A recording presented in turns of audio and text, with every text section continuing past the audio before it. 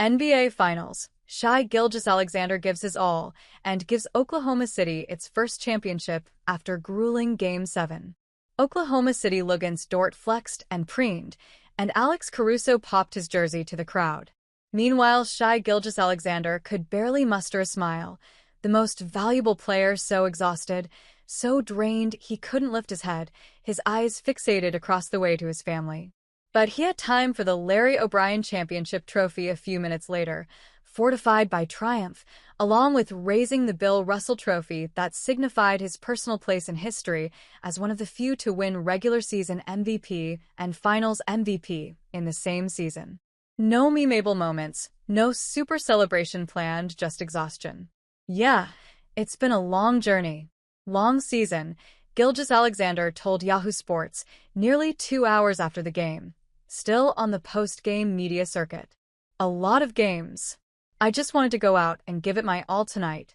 And I think I did so. What an emotional night. What a long 3 weeks, a long 13 years for the Oklahoma City Thunder.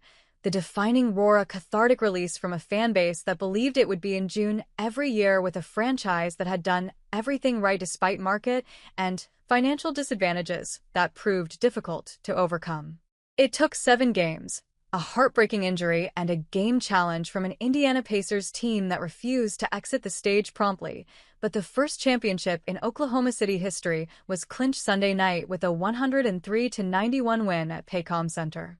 Gilgeous Alexander had one of his least efficient games in the series and was clearly fatigued down the stretch after 40 breakneck minutes, but grinded out 29 points and 12 assists, including the decisive stretch in the third quarter that turned a halftime deficit into a double-digit lead.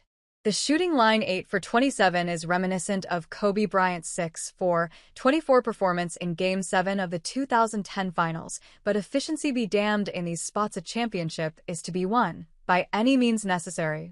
So much weight off my shoulders. So much stress relieved, Gilgeous Alexander said in his news conference. No matter what, you go into every night wanting to win. Sometimes it just doesn't go your way. Tonight could have been one of those nights where we found a way. Giving all you have is romanticized in professional sports, without the promise of a payoff. But feeling it, while also knowing your main counterpart possibly gave his Achilles to the game, to the series, to history, it puts a different spin on the phrase. Tyrese Haliburton looked game for the moment.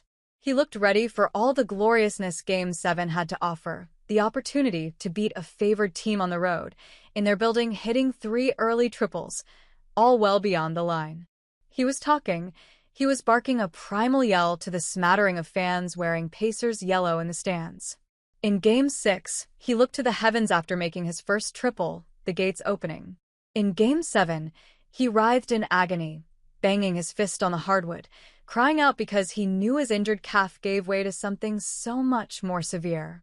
Like Kevin Durant did in 2019, almost in the same manner, hitting long jump shots on the road, giving his team life.